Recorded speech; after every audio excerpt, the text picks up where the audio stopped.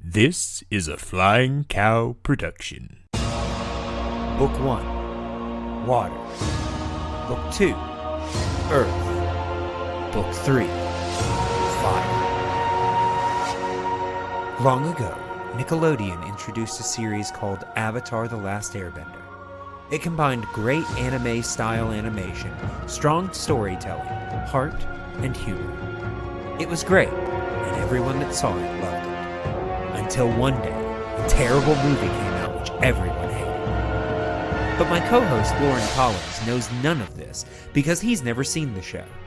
And that's why we are watching every episode of Avatar: The Last Airbender, because I believe this could be Loren's new favorite show. Or at least top 20.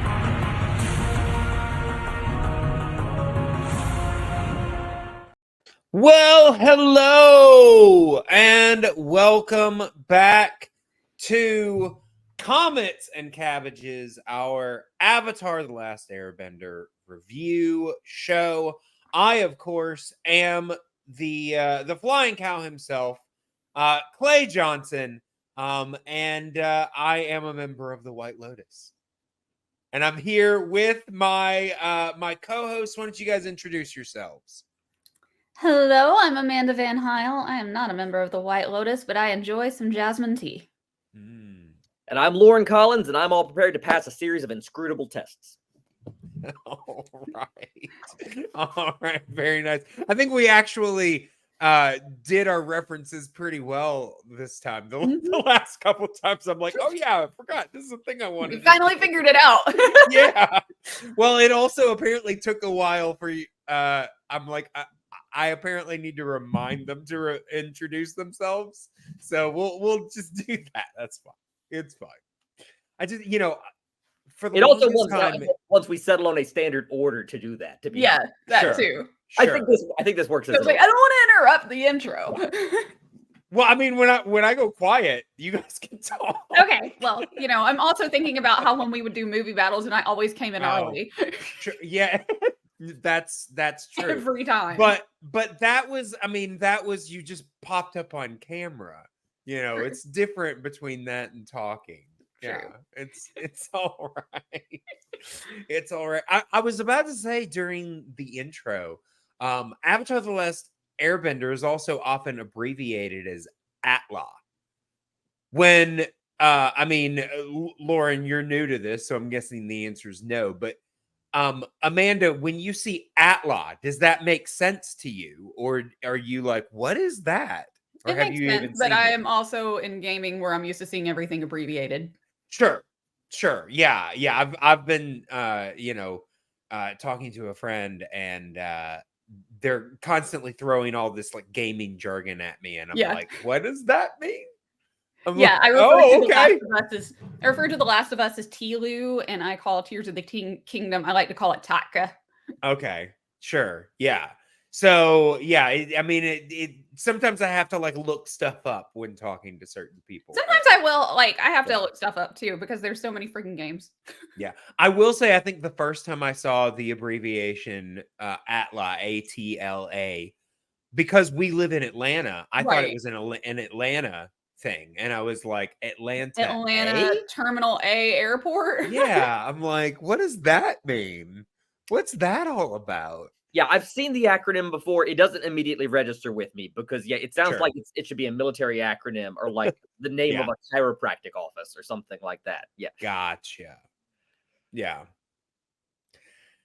All right. I mean, part of that is because just a few years after this show came out, James Cameron's Avatar came out. And I mean, I still immediately, when I hear Avatar, think of this show. Mm-hmm. But for a lot of people, that's not. So they can't use Avatar, which is why the bad movie was called The Last Airbender. Yeah. I refer to Avatar as either, are we talking about the blue Avatar or the good Avatar is what I say. I haven't gone back to see the first James Cameron Avatar movie, but I saw Way of Water last year. It's just like the first one had left me a little underwhelmed at the end. Again, I also saw the first one at like an 11 o'clock showing, which was a bad time to watch a 3-hour movie. And fell asleep during the last big action sequence. This one, though, like it's not reinventing the genre. It's not like brilliant storytelling, but it is still a great movie, honestly. And I had no beef with it getting a Best Picture nomination because it was just a really nice movie experience and just a beautiful thing to watch. I will say it is very pretty. Like the Avatar movies are very pretty. They did a great job at Animal Kingdom with the Avatar section. Like I don't know a thing in the world about the movies, but I love going to Pandora. I will say I did like the whale stuff that they or I mean I guess it's a whale type creature. I like whales. But no, the middle third of that movie is basically just like a planet Earth done with CGI, and and it's amazing. I'm not sure how well it translates like to a home television, to be honest. On the big screen, it works fantastically. All right. Well, so you watch it from home let's stop talking about Avatar because we're here to talk about Avatar. Yes. All right. Yes, we are here, of course, to talk about the show Avatar: The Last Airbender. That is what we are all here to do. And we are here. Let's see. This episode is episode 4, The King of Omashu. And give me just a second to pull up the information here because I'm always prepared. But let's see. This one was again either the 3rd or the 4th, or no, is it the 4th or the 5th? I think it's the 4th or the 5th episode. Our numbers are all off because of the way that we decided to do this, but that's okay. But yes, this is The King of Omashu. It originally aired March 18th, 2005. It was directed by Anthony Loy. That's how I'm going to choose to pronounce that. And written by John O'Brien. And it basically is... I think this is the first episode that we don't have Zuko and Iroh. Am I correct? Mm-hmm.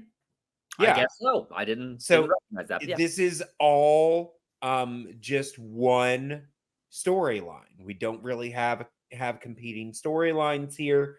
We're really just following Aang and the crew. The gang. Yes, as they go to visit the home of one of Aang's friends from when he was a kid, really just to do one thing, to ride down their delivery system as a slide, and hilarity ensues from there. But it looks fun. Yeah. I mean, I will say I think there were some I mean, it looks fun, but it also looks terrifying at the same time. I also freaking love roller coasters. Sure. I mean, if there were some safety features, true, that would be, you know, which, Well, when obviously they run into. Roller coasters tend to have parts of them that are designed to slow the car back down. I'm not clear precisely when these slow down, other than when you hit the ground. Well, apparently they don't, because of all the things that they destroy. In this, but I will say we've kind of been doing this thing, and maybe we'll stop at some point, but I don't know, I kind of like it. What were you guys' just basic initial thoughts, without any extraneous things, without giving a whole lot away? What are you guys' thoughts of this episode? I liked this one more, to be honest. More than the last out of the ones that we've seen so far. Yes. Okay. It's still pretty slight. It's obviously just like a little side quest. Other than introducing King Boomy. Is that his name? Boomy. Yeah. You gave it away. Oh my gosh! Major gave it away. For all the people listening to this who haven't watched the show, how dare you? That is at all. That is one of my, minor issues with the show is that, like, as soon as he shows up, we see the flashback. It's like, it's clearly that kid. Like, are we not supposed to recognize? How does he not recognize this is the thing? I mean, I will say when I watched it the first time, I didn't notice immediately. I It took didn't me either. a little bit. Partially though, because I didn't go into it looking for a mystery. I didn't go into it looking for a mystery, but when you see the flashback, they give Boomy the kid such a distinctive, like, twitchy eye. With the eye thing. Yeah. And then you see the old man, it's like he has the exact same twitchy eye. It's like clearly this is the grown-up version of that. The first time I watched Well, it, I you know somehow what? didn't catch Maybe it was his kid. Well, then it's effectively the same twist, though. It's just like, he's also clearly an ancient man. He's like, this dude looks about 100 years older than the little kid. Or maybe it's his uncle. Yeah. You ever thought of that, Loren? Jeez. But that's a satisfying twist at the end. It's like, I am your childhood friend, Zuncle. That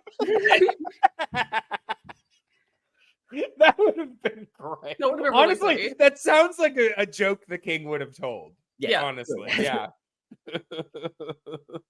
So you're nothing to me. Exactly. Yeah, exactly. The baseball slide. That's true. Yes. Oh, No, all it right. was a cute episode. Had some bright points. And Amanda, what about you? It was a fun one. I am pathetic and did not catch the Boomy thing the first time I watched it until I didn't the either. very end. No. I don't know how, because then I rewatched it. I was like, what the heck is wrong with me? How did I not catch this? Sure. But it was just a lot. It's just fun. You get to know Aang better. Okay. All right. So let's go ahead and let's kind of dive into the episode. Because we do start off with, Aang, Sokka, and Katara coming up to the kingdom of Omashu. Aang reveals that he had a friend there when he was growing up by the name of Boomy. And Boomy basically had a different way of looking at things, and Aang constantly called him a mad genius, those sorts of things. But one of the things that he showed him was that they could use the delivery system as a massive slide, and it's revealed that is what Aang is wanting to do.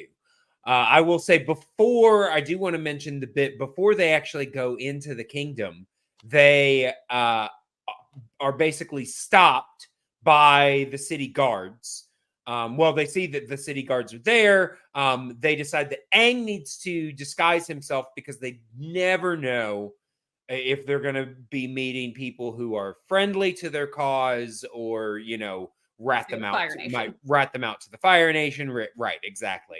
I will say, though, we'll see later on that very rarely at this point does Aang go in disguise. So this is a type of thing that they drop pretty quickly. Yeah. I think it's a smart decision, but for one reason or another, they don't carry it on very much. He's just kind of walking around, hey, I'm the Avatar, kind of thing. But he does disguise himself. And I can't remember his first name. Bonzu. I remember the last name. Pippin Paddleopsicopoulos the third.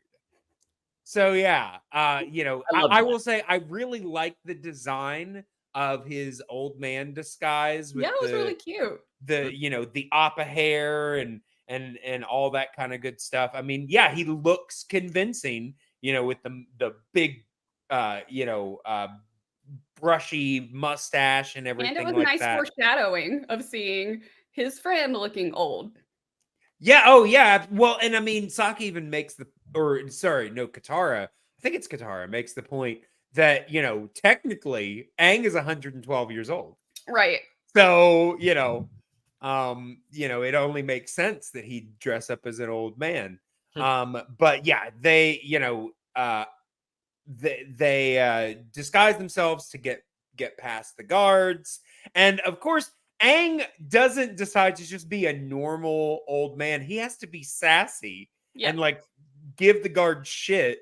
I love the fact that Katara immediately, because you can tell that Aang makes up this name on the spot. Yeah. But Katara immediately picks it up. I'm June Pipipatalopsicopolis. You know, Sokka doesn't even try. Poor Sokka's like, what the heck is happening? What? What? That What is are we doing? like I did not sign up for improv. I do love though when the guard like stops Sokka. Yeah. He's like, hey, you're a big, strong man. Carry your grandfather's bag. And Aang is like, oh yeah. That's a good idea. Yeah. That is a running joke I like in this episode, is that starting with Katara, and it may only also be Boomy later, that everyone, after he has spontaneously made up this multi-syllable last name, everyone else just pronounces it. Everyone knows. Pipipatalopsicopolis. Yeah. I mean, that's a common name. That's as common as Smith here. Yeah. But yeah, they get past the guards, and also in this scene, we are introduced to our cabbage merchant. Yeah. This is the introduction of Oh, my cabbages! My cabbages, which is a common refrain that we will actually hear throughout this series. I feel like this, I wonder, I doubt it was probably a plan to plant this guy, but it is such a fun thing. And it's a lot of fun that it comes back. I think we actually hear that phrase, my cabbages, like 3 times in this one episode. We get it 3 times. Yeah. Yeah. Counted. Yeah, honestly, I'm cabbages gonna try to keep a count of how many times we hear my cabbages. There's this bit where basically they deem his cabbage cart as like riddled with insects or something like that, so they shove it off the bridge, and he's like, oh, my cabbages. And then later on it gets destroyed and all that kind of good stuff. But would you like to have a cabbage counter going forward for this show? Is just yes, cabbage counter. The cabbage counter. I like it. Yeah. Let's see. But yeah, so like I said, they get past the guards, and then they immediately decide to do the slide. Katara is immediately apprehensive because, like I said, this is just a basket on a stone kind of conveyor system. There's no safety harness here. There's nothing keeping them in and all this other stuff. Eventually, as they're going down the slide, a basket full of spears gets behind them. Like, there's a lot of potential for just very dangerous stuff going on here. But Aang, aside from the spear thing, really doesn't seem to be that bothered about the potential danger. And through an ensuing layer of incidents with the slide, they do eventually crash into the now apparently approved Cabbage Man's cart, which gets our second cry of my cabbages. So yeah, that obviously gets them into some hot water. What did you guys think about the slide sequence itself? Because there's a lot that goes on there. I thought it was really funny. I thought it was cute and funny and just looked like fun. And when they crash into the cabbages, I'm just going, oh, the poor cabbage guy. Yeah, I mean, it was fun and dynamic. I made a note of one specific part of it, which is when it was flying down, and I think it might have been in a moment when it went through it might have been through a room or past some other. It goes right through a room. Yeah, because there are a couple times where they go off rail. It's not that, but it freeze frames on it. Yes, like Wile E. Coyote style. Yeah. And I liked that tweak in the animation. That was I will say that is one of those like off thing, because as we've said, occasionally the animation will go off style, and usually it's very anime when it does that. But this time, like you said, it was more like Looney Tunes, more Wile E. Coyote type of thing. Yeah, I appreciated that part of the sequence as well. I thought that was a lot of fun. I will say, if they ever like build a theme park specifically for Avatar, this should be a ride, but with seatbelts. It's a park. It's not specifically an Avatar park, but there is an Avatar roller coaster that exists. Yeah, but like I said, they're not gonna make this. They're not gonna make this. No. It like I said, I'm sure there are Avatar. There's an rides. Avatar coaster that exists, but it is not this amazing thing. They should also have an Appa themed ride for like little kids. They can all ride on Appa. I would totally go to an Avatar park. The way to get around the technical issues with both those would just be just sort of take the Avatar ride that's at Animal Kingdom and just reskin it to be about this Avatar. So you can get in that little virtual reality thing. Yeah, you're riding Appa instead. Yeah, and make all of the animals on that combinations of two. You know, they're tiger seals and you could ride this delivery system with none of the safety issues. Yeah. There you go.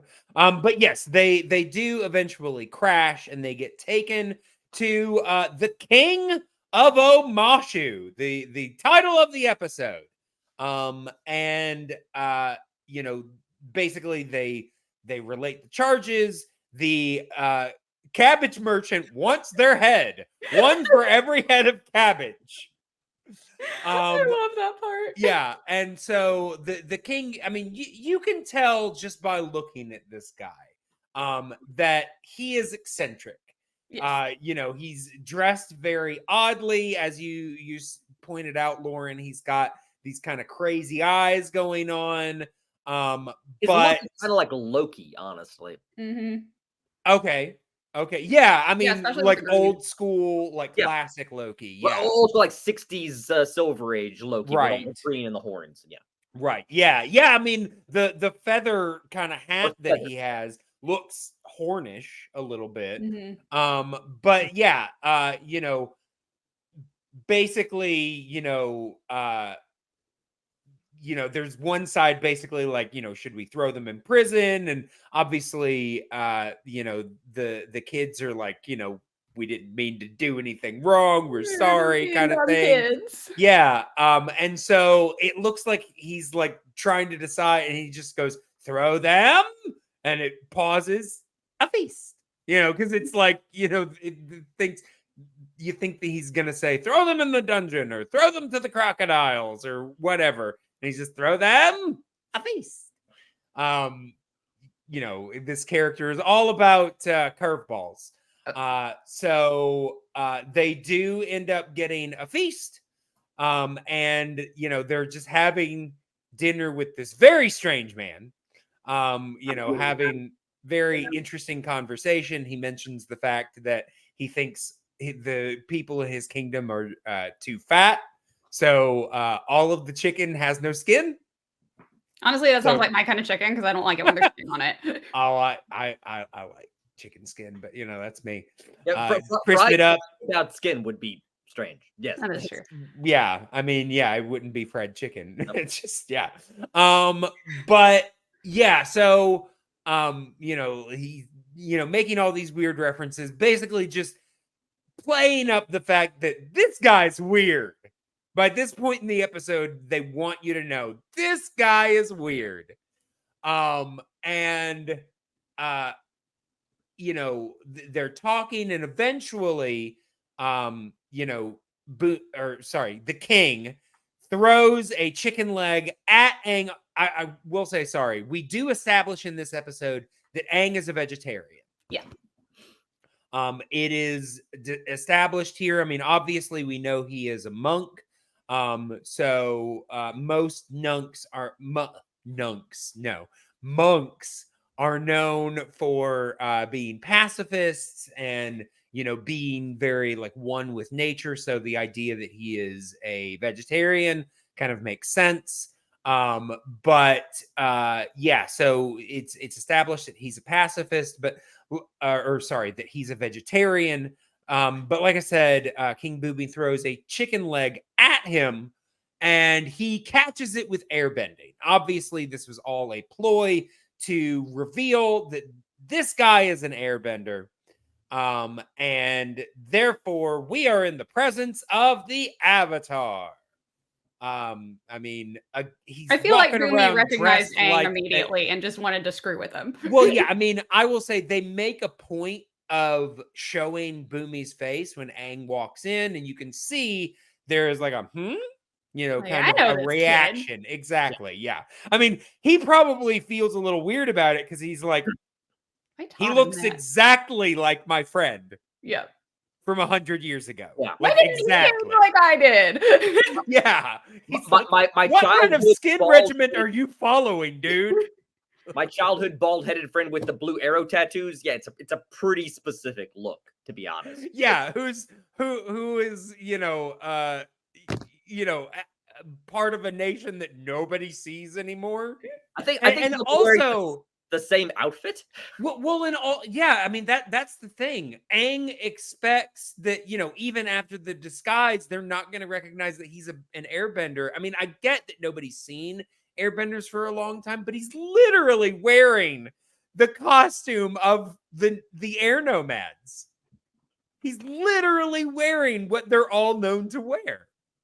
And I I'm guess they just didn't really like, have a bunch at of least pictures change unless the somebody color drew it. scheme, dude. Maybe he's just trading on the thought that like everyone's forgotten in the same way that like over in the Star Wars universe, Obi-Wan Kenobi is apparently hanging around in Episode 4, just like just as a Jedi, and no one seems to notice he's a Jedi. Yeah. Nobody's got a clue. Yeah, absolutely.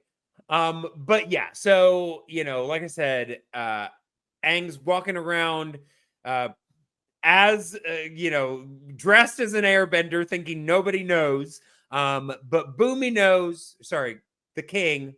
Whatever, it's fine. We all know. But the king knows. Wait, it didn't occur to me till now. I guess I didn't realize that there was an outfit for airbenders. Yeah, I mean, they all wear like that orangey color from the episode, last episode. Yeah. Sorry, not last episode, but a couple of episodes ago. Yeah. In the flashbacks, they're all wearing those monks' robes in those specific colors, the orange and yellow. I think it is. Is that unique just to airbenders or to all the air nomads? Air nomads? Well, I mean, so far as we know, pretty much all air nomads are benders. I don't think that's what I wasn't sure on. Also, at least so far as we have seen, number one, we haven't, because it's been wiped out. We don't see a whole lot of the air nomad culture, but of the ones that we have seen so far, they have all been revealed to be airbenders. Because I had just assumed that in each sort of nation, it was a rare trait, because that's what was established. In most, it is. But I honestly think that the air nomads were kind of a small group of people anyway. Because, like I said, that they all kind of live this monastic lifestyle. I guess that's really the only way you could really live up there is if you were an airbender. So my guess is like some people were airbenders and they were like, let's start up this place that is up here and we'll call our other airbender friends and we're all going to live here and then we're going to have airbender babies. Yeah. That's my theory. Yeah.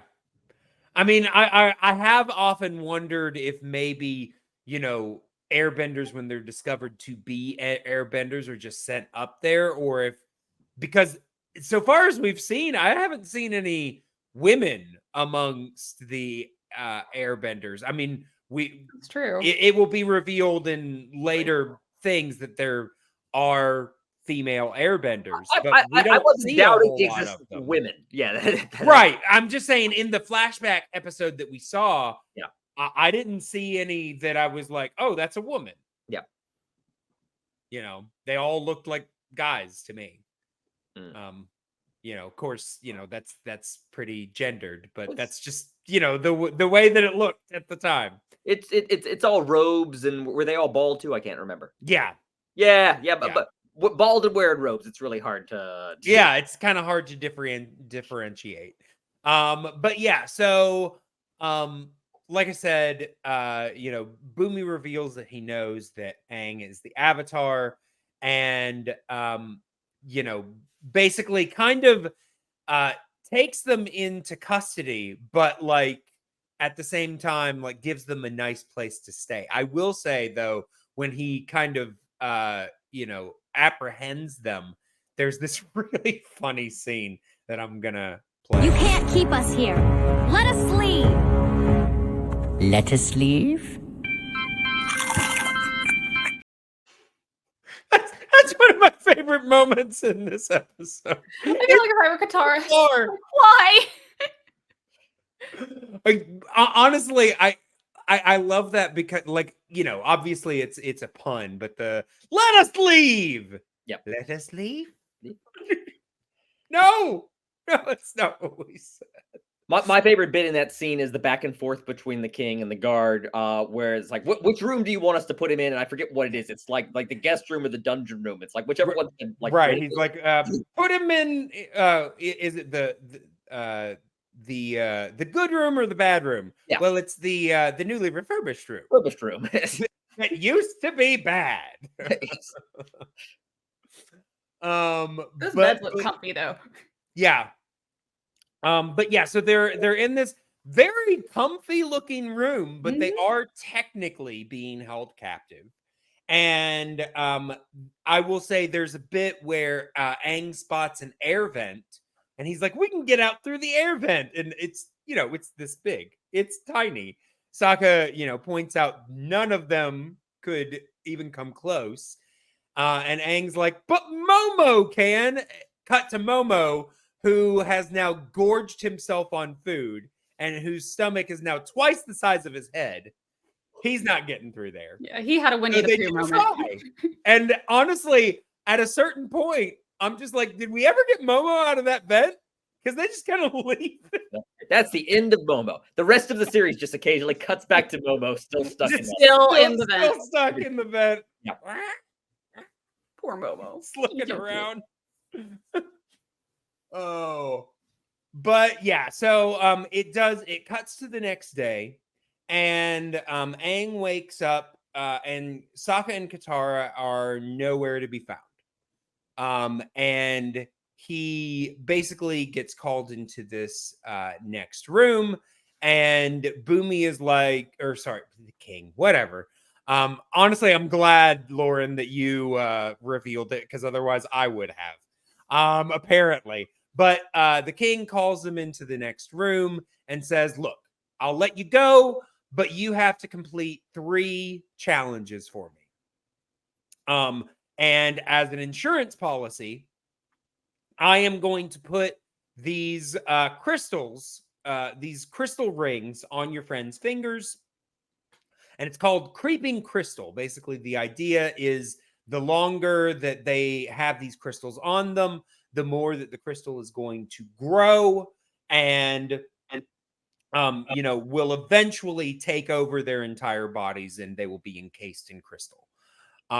So Aang has to, he pretty much has no choice. He has to fulfill these the series of challenges. And I believe the first challenge is he wants him to retrieve his lunchbox key.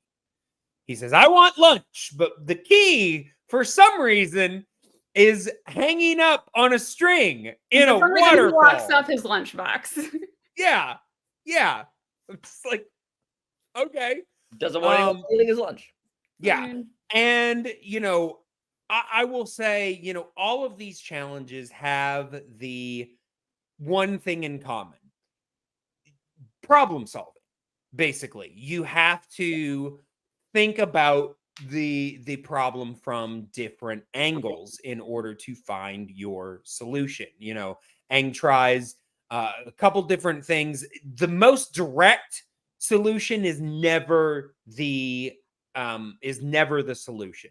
It's always something more creative. So like with the key, he originally tries to swim up the waterfall. Well, that's not going to work. It's a very powerful Nobody's water. ever tried that. Yeah. It's not. Yeah, Aang, you're not a salmon. You can't swim against the waterfall. But yeah, eventually he just grabs a stalactite from the cave and pushes through a ripple of air to cut through the waterfall as the stalactite grabs the key and punches it to the wall, literally right above the king's head. Yep. So actually, really great Aang. Really great Aang, aim. But yeah, good aim for Aang. And so then his second task is the king wants his pet Flopsy. And Aang thinks that he's immediately found him when he finds this cute little bunny. He's gigantic, floppy ears. Which honestly, it makes sense that call a creature like that Flopsy. But the moment he says the name Flopsy, he immediately encounters this big, brutish animal, which looks like something but like a cross between a gorilla, a dog, and a bunny. Like it's like a bunny bulldog gorilla. Yeah. But and he, eventually, I mean, I will say, watching this, I realized every single time he calls the name Flopsy, the thing gets closer to him. Till eventually Aang realizes, this cute little thing is not Flopsy. This is Flopsy. This big brutish beast is Flopsy. And, of course, Flopsy reveals himself to actually be a cuddly, sweetheart. Obviously, my dog is not that big, but, he can be kind of aggressive. I can see people being afraid of him if he were that size, but, he's just a little cuddly thing. Yeah, he just thought that Aang was playing a game with him, like Flopsy, and then ran, and then Flopsy would come after him. Yeah, absolutely. Just playing. But and then the last challenge is basically a battle between Aang and the opponent of his choice. He's given 3 potential foes who, for the most part, all just look intimidating, but I would wonder if any of them are actually like earthbenders. And of course, Aang, thinking outside of the box and is going to outwit the king, chooses the king, who is revealed to be one of the most powerful earthbenders alive. And he's jacked. Yes. Yeah, I mean, he looks like his look is absolutely insane. It's actually really funny. The way that this guy looks, especially, because he's still got old man face and everything like that. He's still kind of goofy looking. But yeah, at the same time, he's got this jacked body. It's really funny. But yeah, so they have their fight, and obviously, Boomy is proving that he is, quite a gifted earthbender. And Aang is having a hard time, but eventually he just realizes he needs to use his strength against him, and he does succeed. My first question here is, what do you guys think about this series of challenges as really kind of the body of the episode? They were like, I was sitting there trying to figure out like the challenges myself. Like, how do you get the thing on the string? I'm like trying to figure it out. I don't think I would have guessed the stalactite and throwing it and all that. Yeah. I mean, I would imagine that there's probably a number of different possible solutions, but they're all going to be outside of the box. Yeah. Obviously, Aang's worked for him because he's an airbender and could cut through the water with air. Obviously, if Katara was a waterbender, it would have been easy for her. Oh, yeah. She literally just, Like, diverts the water and then climbs up the ladder. Yeah. Sokka could just boomerang it. Possible, yeah. Yeah, I didn't realize the solution to that one, but I did, it is still a children's show. I did realize pretty quickly. It's like, oh, I'm pretty sure the giant floppy looking bunny thing is Flopsy and not. Although I did wonder who the little bunny was, and I really hope it wasn't like Flopsy's dinner. Yeah, right. No, I mean, yes, it would be funny if the small bunny turned out to be vicious, like the Monty Python bunny. Yes. Yeah, or for anybody that watches Lower Decks, like a Moopsy type character. Wait, I've seen Lower Decks. Who is Moopsy?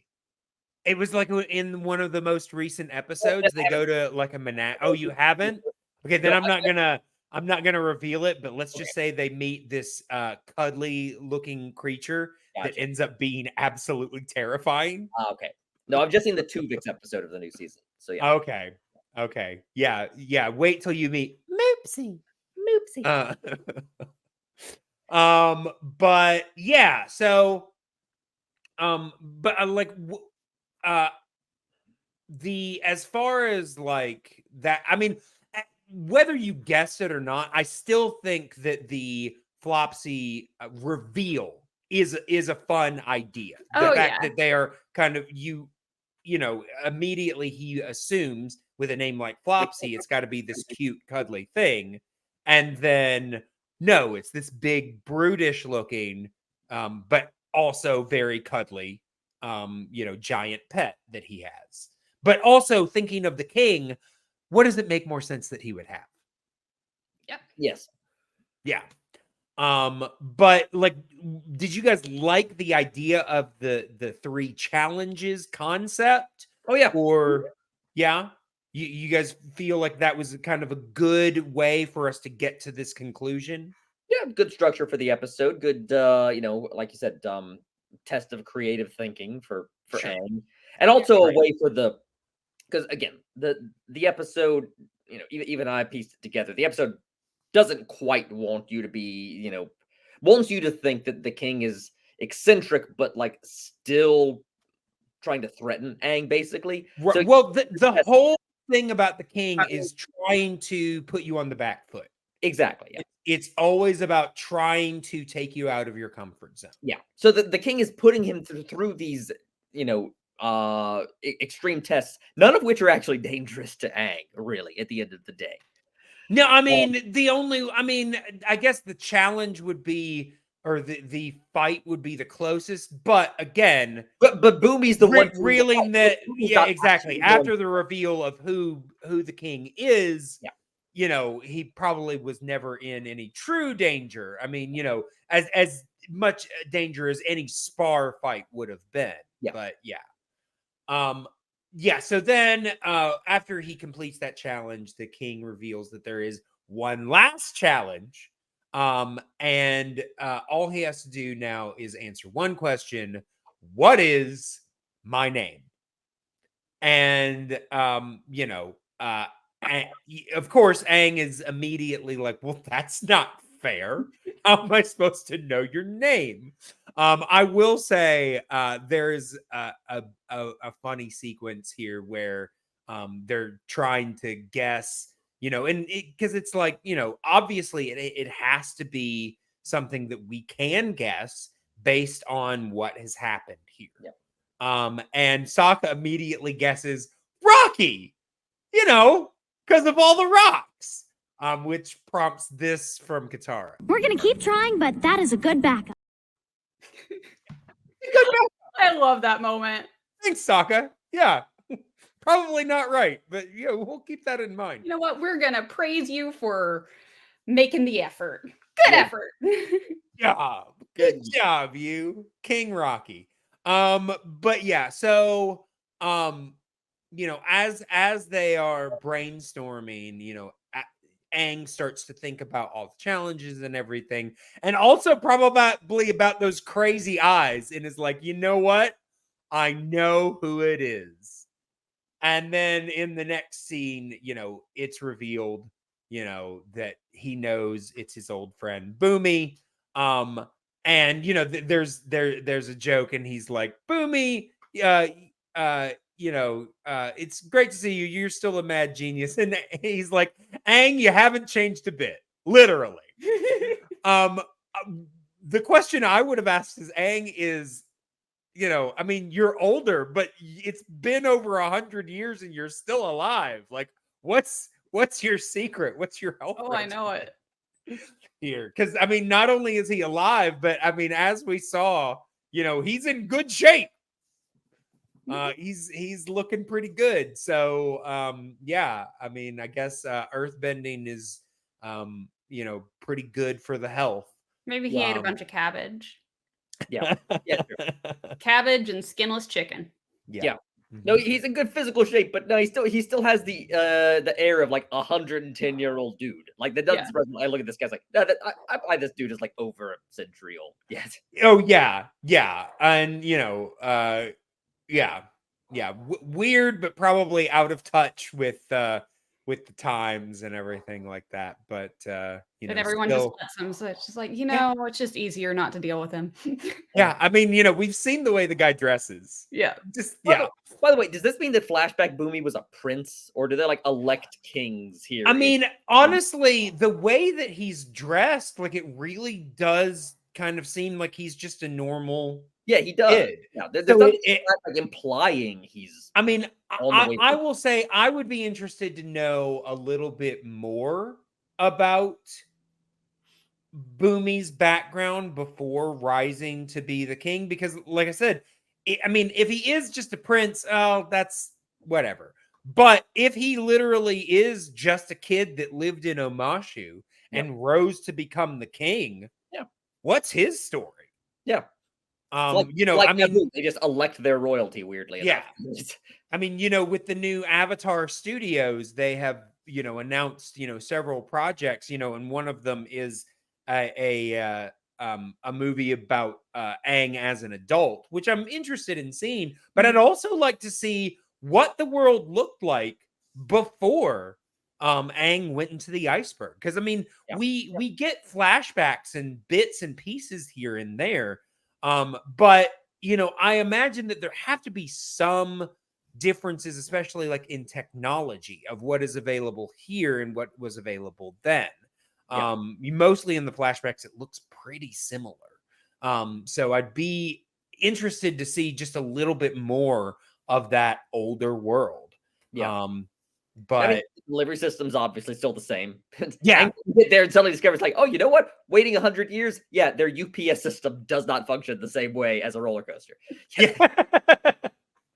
But yeah, the episode ends with Aang giving Boomy a challenge of let's ride this crazy thing together. And they go down the slide, and it's insane. But Boomy's the king, so they can destroy as many cabbages as they want.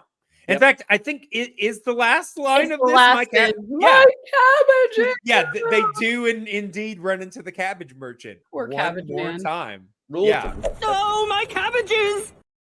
Yeah, we get it one last time to end out the episode. But that's kind of the episode. Was there anything that we missed? Anything that you guys want to talk about before we move forward? I don't think so. Other than I think it's worth noting, if I'm right about this, is this the first episode we've actually met any Earthbenders? Anyone from the Earth tribe? I think this is our first foray into the Earth Kingdom. Yes. Kingdom. Gotcha. Yeah. We've obviously airbenders check, waterbenders check, firebenders check. Yes, This is the first time. So we have now encountered all four nations. Okay. All that's left is heartbenders. That's right. Oh wow. Yes, their powers combined. Yeah. Planet Bender. Yes. Yeah. But yeah. The first time. Go ahead. I was just gonna say, the first time I saw like King Boomy, my immediate reaction was like, I bet this guy smells bad. I don't know why, but that just always what hits me. It's just like, I bet he smells bad. But then like when he shows how ripped he is, I'm like, okay, maybe he actually does bathe and like take care of himself. Yeah. Yeah. I mean, he probably just smells like most old people. Old people. Like a mixture of prunes and, just, Prunes are good. Prunes get a bad rep, but they are good. They taste like candy. I mean, I will say as a kid who occasionally had to drink prune juice. Prune juice is nasty, but Yeah. prunes themselves are good. Honestly, I never understood how you juice a prune.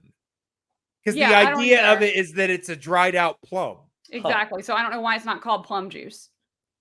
I guess it's not. That sounds more appetizing than Yes. prune juice. I can tell you that. Yeah. I feel like you can buy plum juice and it's not prune juice, though.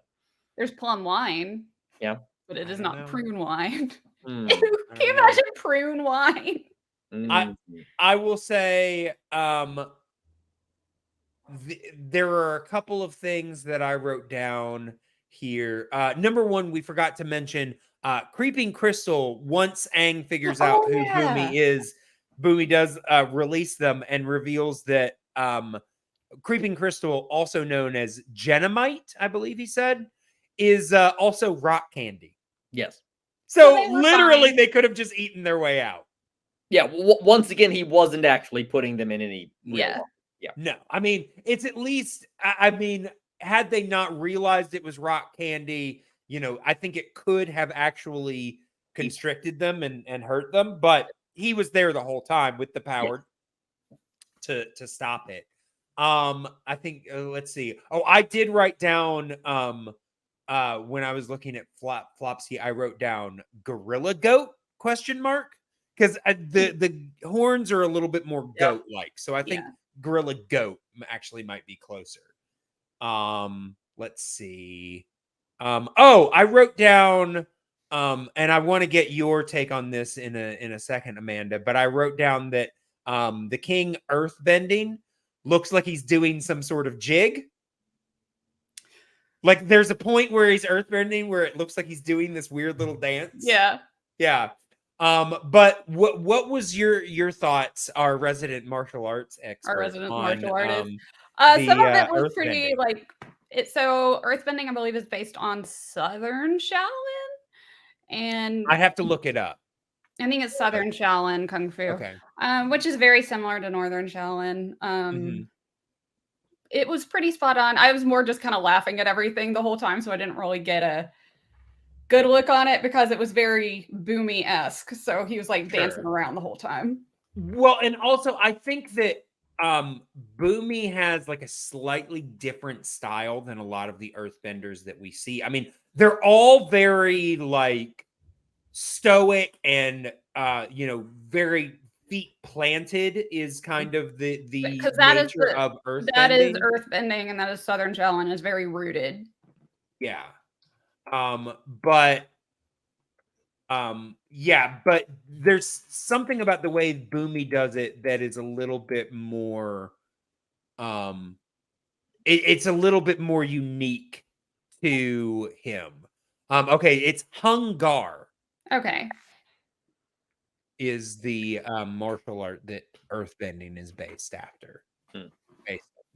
I don't know if that's Yeah, I think that is Shaolin, Southern Shaolin.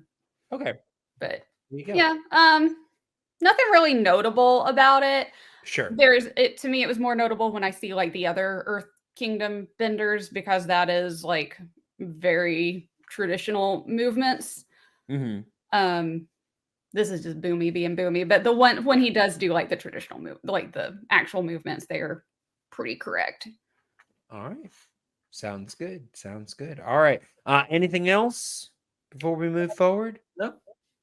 All right. Then it is time now for our segments, starting off with our My Cabbages moment. This, of course, is the part of the episode where we talk about our favorite or most interesting scene from the episode. So we're going to start off with Loren Collins. What was your my cabbages moment? Well, that would be the running gag, and technically the name itself, Pippin Podaloxacopoulos. Okay.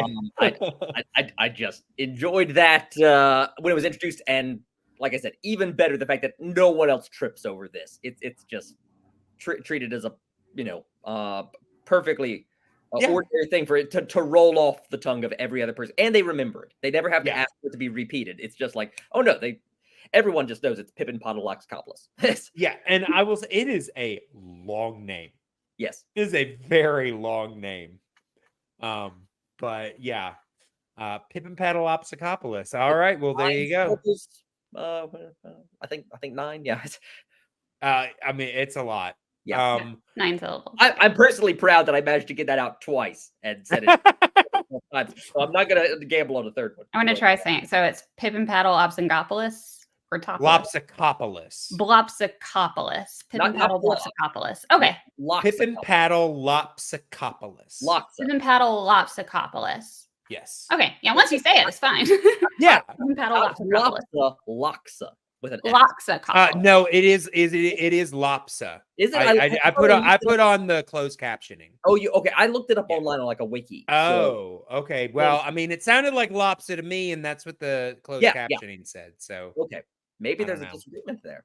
Maybe there could be a disagreement. All right. The Loxacopolans come after the Lopsicopolans. We're gonna battle this out. No. Yes, exactly.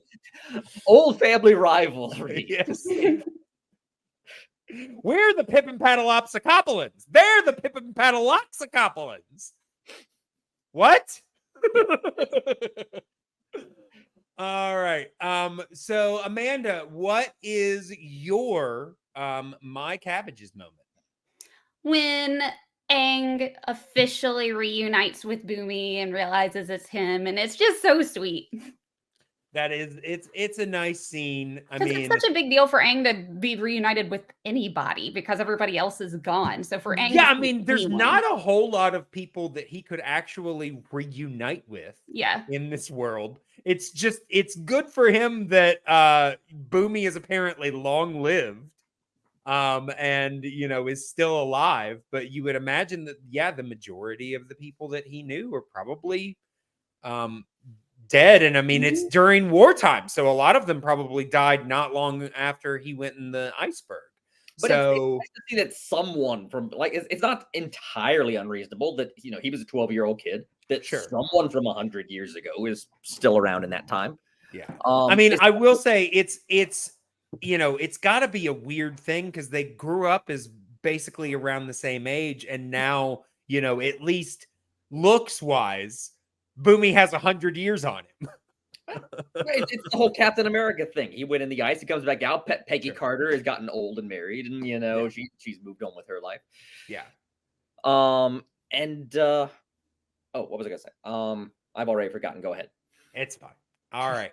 So now, my cabbages moment. I just gave it to that entire dinner scene where we first meet Boomy. Because that whole thing, I mean, it's full of just weirdness. There's a bit where he asks Aang, so where are you from? And he's like, Kangaroo Island. Kangaroo Island, huh? I hear that place is really hopping.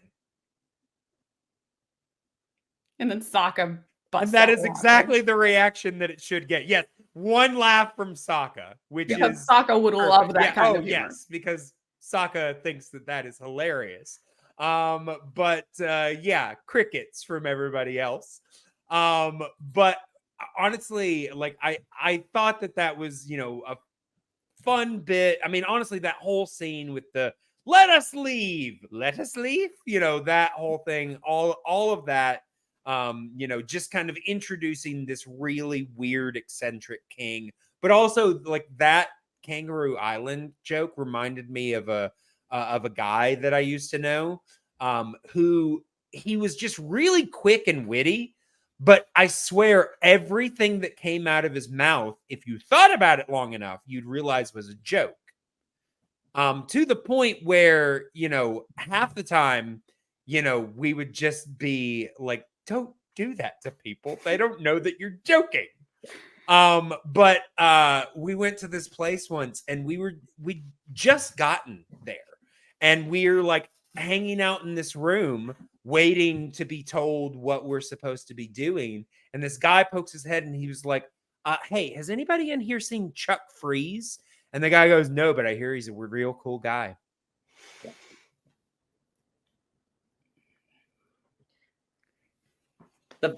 Crickets. Oh. Yeah, exactly. The fact that Kangaroo Island is apparently a real place, and presumably they're making it up, means kangaroos exist in this. And they aren't hybrids. No, yeah. If you stop and think about it, kangaroos are exactly kind of animal. If you saw them and hadn't seen them before, like this thing looks like a wuzzle. This thing looks like a mashup of like a deer and a rabbit. I mean, I will say in a lot of cases they do call them like, tiger seals or things like that. But in some cases, like with Momo, they just call him a lemur. They don't call him a lemur bat. They just call him a lemur. Appa is still a bison. Yeah, even though he's obviously merged with. I've always thought of as a beaver because of that big tail. Yep. But maybe it's some I've always sort seen of it's like kind of like mammoth a dog. Yeah. Something. But that's interesting. But yeah, that's my cabbages moment. Yeah. But yes, let's go ahead and talk about the Mako Award, which is the award given to our favorite and or most interesting character. I'm going to be interested to see how diverse this is. So Amanda, I think we're going to start with you. Okay. I'm pretty sure I know Loren's. I'm giving it to Cabbage Guy. Okay. Because right. it's off with their heads, one for each head of cabbage. That part it makes me laugh every single time. And the intro to the running gag that is one of the most memorable things of the series. It's true. It's true. It is very important. All right, Loren. I presume this is what you were expecting. I went with King Boomy. Who I have decided in my headcanon midway through this recording that Boomy's last name is in fact Pippin Podaloxicopoulos. From the Omashu Pippin Podaloxicopoulos. Yeah, it's like that's what Aang was doing. He was just stealing his buddy's last name at the beginning. And I will say later on in the show there is precedent for Aang stealing the names of his friends to form his own aliases. So I would not be surprised if it is revealed that Boomy's last name is Pippin Podaloxicopoulos. It's not super unreasonable to think like you just borrow the name of someone from 100 years ago who's from like this name, this kingdom. Like it would be a proper ethnic name. Just doesn't expect that dude to still be there. No. And the king of the entire and the king of the entire kingdom. Mine is also Boomy. I mean, he's just a fun, unique, eccentric character. And I will say, aside from just introducing Boomy, his whole reason for doing all of this, which we didn't really talk about, is the fact that he's wanting to encourage Aang, that when he does eventually meet the Fire Lord, that he needs to think outside the box. Because if he just comes at him the way that the Fire Lord expects him to, then he's going to be defeated. But if he thinks outside the box and he uses, unconventional means, then he might actually stand a chance. I thought that he was just a fun character, and while revealing that he's weird and eccentric, also reveals that he actually has quite a bit of wisdom. Which is something that I appreciate about Boomy as a whole, as a character, is that there's more under the surface kind of thing. He treated the whole thing really as a training session. Exactly. All right. I don't think I checked the wiki for this, but based on how I presume this show works, I look forward to Boomy returning because I'm just presuming he's gonna show up again. So I mean, he definitely does have, come back. you know, the vibes of a character that's going Yeah. to come back. How And often? spoiler, he comes back. Yeah. I have no expectations for how often, but this show has Sure. 3 seasons. It's supposed Yeah. to involve like all these nations coming together to fight the Fire Nation. I'm Yeah. gonna guess like the king of an Earth nation Sure. is, you know, going to appear at least once. I will say there are characters in this show that I'm like, why doesn't this character come back more? And then there are characters in the show that I'm like, why do they keep bringing this character back? Yeah. So, you know, it's you never know. But let's go ahead and let's move on to our final segment, which is rating the episode on the Avatar State Meter. Of course, you can choose from 1 to 5. 5 being the best that the show can possibly get, 1 being a fatal blow, 2, 3, and 4 all in the middle, 3 of course kind of neutral, 2 and 4 kind of self-explanatory. So we're going to start with Amanda. How would you rate this episode? I think it was a fun episode. I'd probably give it about like maybe a 3.5. Okay. Just because it's not like the greatest thing, knowing future Avatar episodes. I wouldn't put it like super high at the top, but it's by no means a bad episode. It's just a fun one. Okay. All right, Loren. I mean, to be honest, I'd probably should put it at a 3.5. I do want to dock. I would like to dock it a little bit for just so heavily foreshadowing that Boomy is the same guy. But again, it's a show for kids. It's a show for kids. I know. Yeah. But you know what? I liked it, and I just want to be encouraging this early on in the podcast. So I'll go ahead and be generous and give it a 4. Keep my fingers crossed from here. I also gave this episode a 4. I just love the introduction of Boomy. I think that they set him up really well as this kind of, I mean, honestly, kind of a Willy Wonka figure.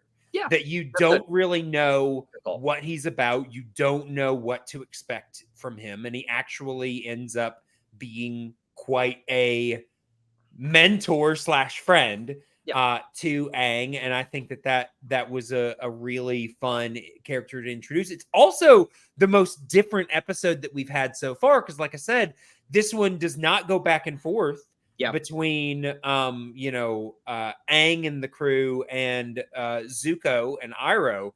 This is all Aang and Sokka and Katara. So we're following a different format, which honestly makes sense for introducing an out-of-the-box character. You use a non-typical format. So, like I said on the Yoshi episode, like I would have been concerned. I don't love I wouldn't have loved the notion that the format for this show is just going to be Fire Nation attacks, they fight back, they retreat, and move on. So if we'd had that again in this episode, that would have been a problem. But like you said, we don't get Fire Nation at all.